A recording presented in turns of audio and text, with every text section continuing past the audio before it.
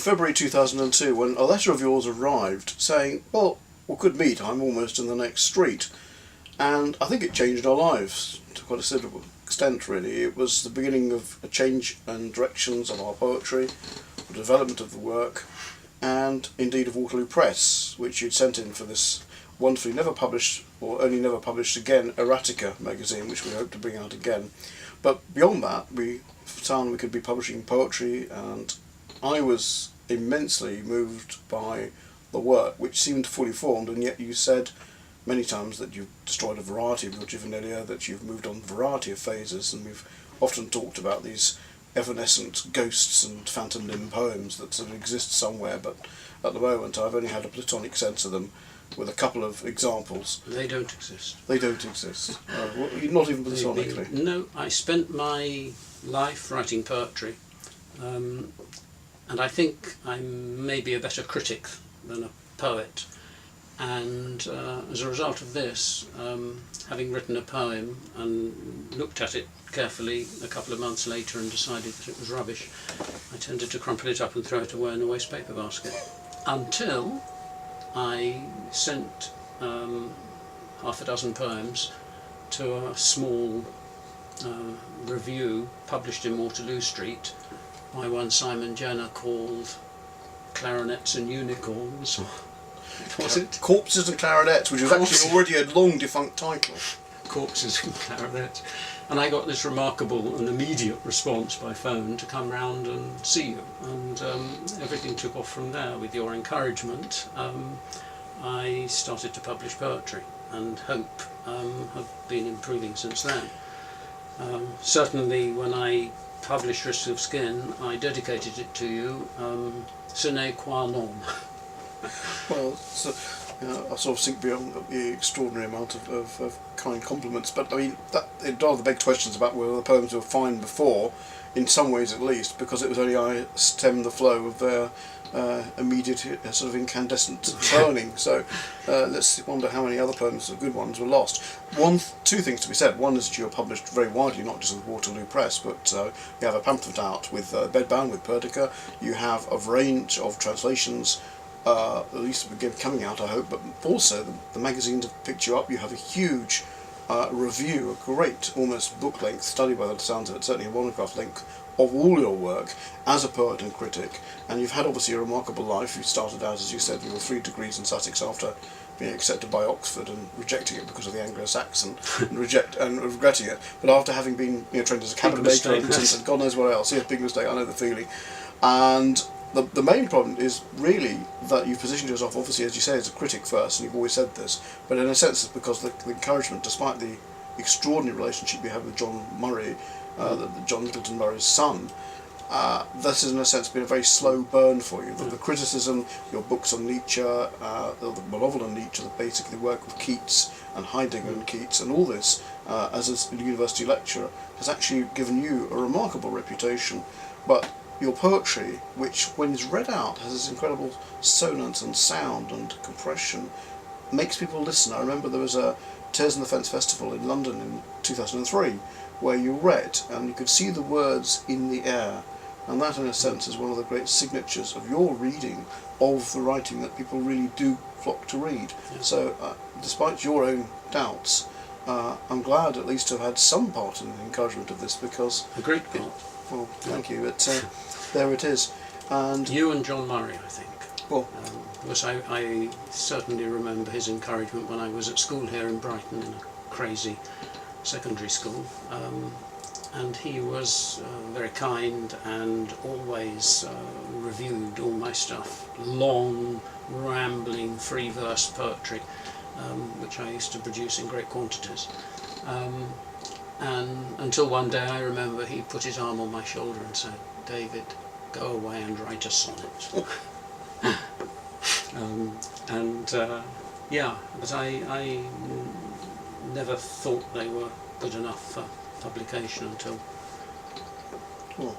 Unicorns and Clarinets came along. Orchestras and Clarinets, yes indeed. Extraordinary. Yeah. I mean, you also go through a variety of phases. I mean, you've talked us through the early poems, so this high modernism and Oppen, who was an influence, and then you've moved through a more discursive, the Keats letters to or the variety of people around Keats who you lived in risk of skin after the Patricides, the first volume, and before that the Sampler number 4. And that was in '04, then that was in '06, and this was in 2011, and now we've got your self-portraits, which are again speakings out, so that there's a difference of timbre and register, and perhaps an ease of access that some people I know would like even more than they've liked some of the other work. I think it has something to do with voice. The more modernist stuff tends to be more directly in my own voice, and the stuff which is perhaps a little more approachable is in other voices, the voices of artists or the voices of members of the Keats circle. So it may have something to do with that. The Perdica volume, Bedbound, was an exercise in sparseness, I think, that may have gone a step too far. 360 changes they wanted in 17 pages, yes. And the latest one, which is again in a series of voices of artists speaking out of their self-portrait, so to speak. Maybe it's an exercise, perhaps more an exercise in variety than the more mono feeling of your own speaking voice or writing voice, whatever that is. They are pitched differently. You've got the Michelangelo's sonnets because he wrote sonnets. Yeah. You've got a terza rima in some poems, Vasari. and then of course you've got the free verse and differentiation. So, and Blake, that is supposed to sound a little like Blake with his little short rhyming lyrics. So there's an attempt at doing that. Yeah. And there are 88 in this volume, and then they've got to be written a few more than that. But are you moving? You're moving elsewhere as well with this now, not just a few more self-portraits, but you're moving differently to that register. Yes, back to a more tonal voice, and perhaps more in my own voice than others. It seems to go in steps like that. I may go back to other voices after this, but that's the next stage. And then of course we have, with a bit of luck, a joint volume of Zodiac poems. Yes, indeed. Which you wrote back in... Well, mainly '02. Well, '82 I started, and then I went to '82, and then basically most of it was all written in '02, and certainly had to be rewritten the whole thing in '02. Well, I am revising the ones that I've done, so we'll see if that What's the thought? ends in anything. Okay. Well, I'll be fascinated. David, thank you very much. I'll be fascinated to see where we're going next in the circle or the gyre of your new work. So thank you very much indeed. Thank you very much.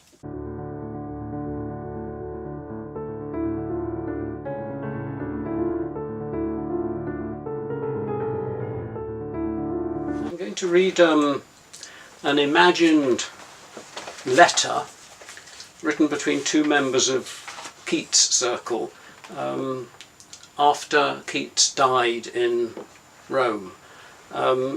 Keats' doctor in Rome was a man called Dr. Clarke, and he is writing here to Leigh Hunt, who was the first person to publish Keats in the Examiner back in much earlier part of Keats's career. It's about the death and funeral of the poet. It mentions the daisies which were on his ceiling and the daisies which he asked to be replaced on the grass above his tomb.